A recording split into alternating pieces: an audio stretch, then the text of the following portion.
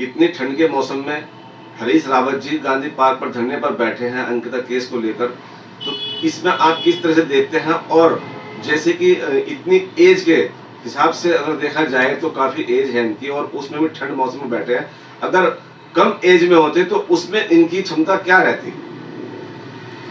देखिए, हरीश रावत जी एक कद्दावर, एक सूझबूझ वाले और सूबे के मुख्यमंत्री भी रह चुके हैं, और जल संसाधन मंत्री, सेंट्रल गवर्नमेंट में जल संसाधन मंत्री भी रहे हैं, और बहुत से ही समझदार और बहुत ही संघर्षशील हैं। इतनी उम्र में होने के बावजूद भी इस सर्दी की मौसम में इस सरकार की नाकामियों को लेकर जो हरीश रावत जी बैठे हैं, हम उनका स्वागत करते हैं, क्योंकि अंकिता हत्याकांड के लिए उनकी जो मांगे हैं वो बिल्कुल जायज़ हैं, क्योंकि सरकार के कान पे जूं नहीं सल्ला रही, और सरकार से वो मांग कर रहे हैं कि भी इसमें सीबीआई जांच हो और हत्यारों को सज़ा हो। और इतनी सर्दी में बैठने का अगर कारण है तो जनता की आवाज़ को लेके बैठे हैं, अंकिता की आवाज़ को लेके बैठे हैं, पूरे आवाम की आवाज़ को लेके बैठे हैं। और हरीश रावत जी को सर्दी और किसी चीज़ की परवाह नहीं है। वो तो काफ़ी समय से नहीं, बल्कि वो काफ़ी वक्त से और उससे पहले जब वो अपनी जवानी के टाइम से लेके आज तक इतनी उम्र तक संघर्ष करते आ रहे हैं और संघर्षशील आदमी हैं। तो ये इनकी आवाज़ को जो उठाना वो जायज़ है, और हरीश रावत जी भी उठाते रहेंगे, और तभी कांग्रेस पार्टी के लोग उस आवाज़ को उठाते रहेंगे जिसको जनता की आवाज़ को दबाने का काम ये भारतीय जनता पार्टी की सरकार कर रही है। दूसरा, बेरोजगारी को अगर देखा जाए, जैसे कि राशन डीलर हैं और जनता भी काफी परेशान रहती है, और एक समय से लाइसेंस इन पे चला आ रहा है, तो क्या बेरोजगारी के सिस्टम से अगर देखा जाए तो हर 5 साल बाद क्या इनका रिन्यूअल किसी द्वारा भी किया जा सकता है, या इसमें मौका और लोगों को भी मिल सकता है? देखो, जहाँ तक राशन का सवाल है, अगर कोई डीलर अच्छा काम कर रहा है, अच्छी सर्विस दे रहा है, जनता को अच्छा राशन अच्छे वक्त पे, अच्छे टाइम पे, उसको ज़रूरत के टाइम पे, और जिस समय उसको देने का समय है, राशन जिस समय आता है, और वो अच्छे से लोगों के साथ व्यवहार कर रहा है और अच्छे से राशन बांट रहा है, तो उसी को रहना चाहिए। और जो इस तरीके से जनता के साथ जिसका व्यवहार सही नहीं है या वो उसमें धांधली कर रहा है, तो उसको हटा के दूसरे को मौका देना चाहिए। पोस्ट भी फेसबुक पर वायरल हो रही है जिसमें दर्शन भारती जी, कुछ महिलाएं हैं, उनका कहना है कि मुस्लिम लोगों को ना ही दुकानें किराए पर दी जाए, तो क्या मुसलमानों के बिना हिंदुओं का काम चल सकता है? ना ही तो मुसलमानों के बिना हिंदुओं का काम चलता है, न हिंदुओं का मुसलमानों के बिना काम चलता है। हम लोग यहाँ सेकुलर मुल्क के अंदर रह रहे हैं। सेकुलर मुल्क का मतलब है कि हम एक दूसरे से इत्तेफाक से रहें और मोहब्बत और प्यार से रहें।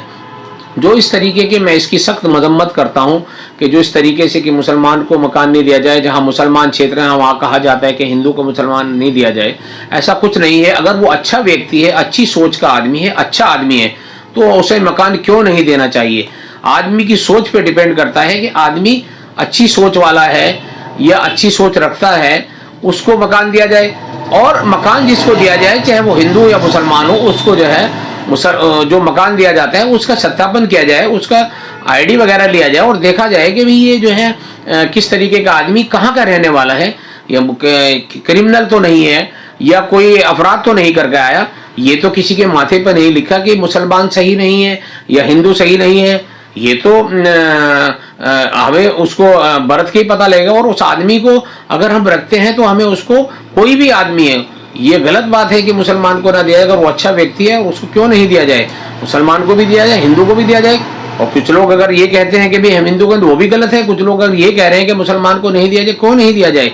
हम इस मुल्क के नागरिक हैं, मुसलमान इस मुल्क के नागरिक हैं, हिंदू भी इस मुल्क के नागरिक हैं, सबको बराबर का अधिकार है। इस तरह की बयानबाजी से क्या उत्तराखंड जितना अच्छा माना जाता है, क्या इसका माहौल खराब होने का अंदेशा है?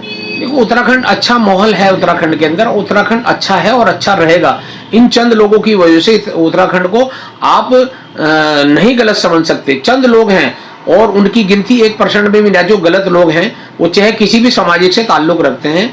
हम लोगों को, जो यहाँ पे रहने वाले लोग हैं, ये सब एक हैं और एक रहेंगे। इन चंद लोगों की बातों में ना आके, चंद लोगों की बातों को ना कह सुन के हम लोगों को आपस में ही अपनी जो बातें हैं उनको निपटाना चाहिए। और क्यों नहीं, ये हमारा जो उत्तराखंड राज्य है बहुत अच्छा राज्य है और यहाँ अच्छे लोग हैं, बुरे लोगों की तादाद बहुत कम है और सब कम्युनिटी में होते हैं। ऐसा कुछ नहीं है कि भाई हमारा इन चंद लोगों की वजह से उत्तराखंड राज्य, उत्तराखंड तो तरक्की करेगा और तरक्की कर रहा है। अब नए साल भी आ रहा है तो इसके लिए आप क्या संदेश देना चाहेंगे?